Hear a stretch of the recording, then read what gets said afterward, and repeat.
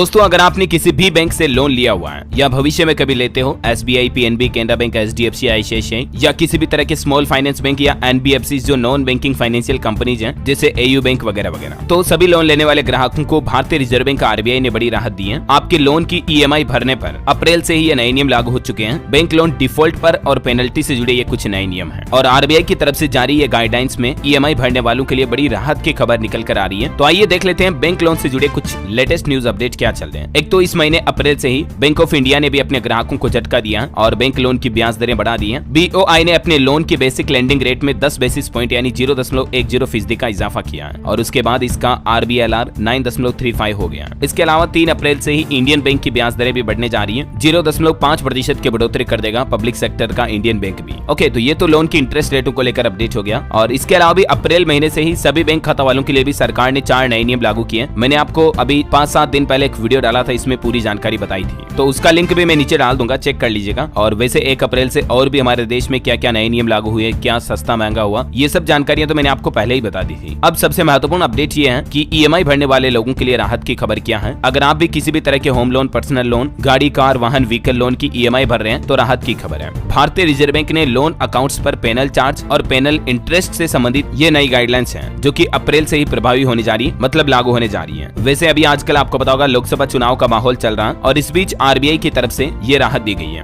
ये नियम बैंकों और फाइनेंस कंपनियों को लोन पेमेंट्स में चूक या अन्य लोन नियमों को तोड़ने के लिए उधारकर्ताओं से एक्स्ट्रा चार्ज लेने से रोकते हैं। समझ रहे हो, मैं आपको आसान भाषा में समझाता हूँ कि इन नियमों में आखिर आपको क्या राहत मिलने वाली है अगर आपने बैंक लोन लिया हुआ तो। भारतीय रिजर्व बैंक ने बैंकों और फाइनेंस कंपनियों को पेनल इंटरेस्ट वसूलने से रोक दिया, जो कि अक्सर सामान यानी कि मासिक किस्तों EMI के भुगतान में देरी के लिए ग्राहकों से लगाया जाता है। अब सिंपल भाषा में समझिए, जैसे मान लीजिए आपके लोन की हर महीने EMI आ रही 5,000 रुपए या 10,000 रुपए, आप हर महीने किस्त भरते हो। मान लीजिए 1-2 महीने आप किस्त नहीं भरते हो तो बैंक क्या करेगा, आपके ऊपर पेनल्टी लगाता है, लेट फीस लगाता है, राइट। लेकिन अभी बैंक क्या करते हैं, उस लेट फीस पेनल्टी पर भी ब्याज वसूलने लगते हैं। बैंक अपना रेवेन्यू बढ़ाने के लिए ये एक्स्ट्रा चार्ज लगाते हैं। तो पेनल वर्सेस पेनल ब्याज, यही डिफरेंस का RBI ने ये नया नियम लागू किया है कि अब RBI ने बैंकों और वित्त कंपनियों को पेनल्टी पर ब्याज वसूलने से रोक दिया। इसके अलावा लोन दाता विकल्प के रूप में ब्याज दर में अतिरिक्त कंपोनेंट भी शामिल नहीं कर सकते हैं। मतलब लोन की जो ब्याज दर आपकी, उसके अलावा और किसी भी तरह के अमाउंट पर एक्स्ट्रा ब्याज नहीं वसूला जा सकेगा। RBI ने लोन दाता को पेनल्टी चार्ज लगाने की अनुमति दी है। हालांकि बैंकों को यह सुनिश्चित करना चाहिए कि पेनल्टी चार्जों का कोई भी कैपिटलाइजेशन ना हो और ऐसे चार्ज पर कोई अतिरिक्त ब्याज न लगाया जाए। मतलब ये तो वो वाली बात हो गई कि आपकी पेनल्टी पर भी ब्याज, ब्याज पर ब्याज, चक्रवृद्धि ब्याज की तरह, है ना। तो जो आपके लोन की EMI लेट होने पर लेट फीस जो लगेगी, बैंक जो पेनल्टी लगाता है, उस पेनल्टी पर किसी तरह का अतिरिक्त ब्याज नहीं वसूला जाएगा। और भी ये इन्फॉर्मेशन देख सकते हैं आप, पेनल्टी चार्ज और पेनल्टी ब्याज के बीच क्या अंतर है, और ये सभी दिशा निर्देश इस अप्रैल महीने से ही लागू हो चुके हैं। ओके,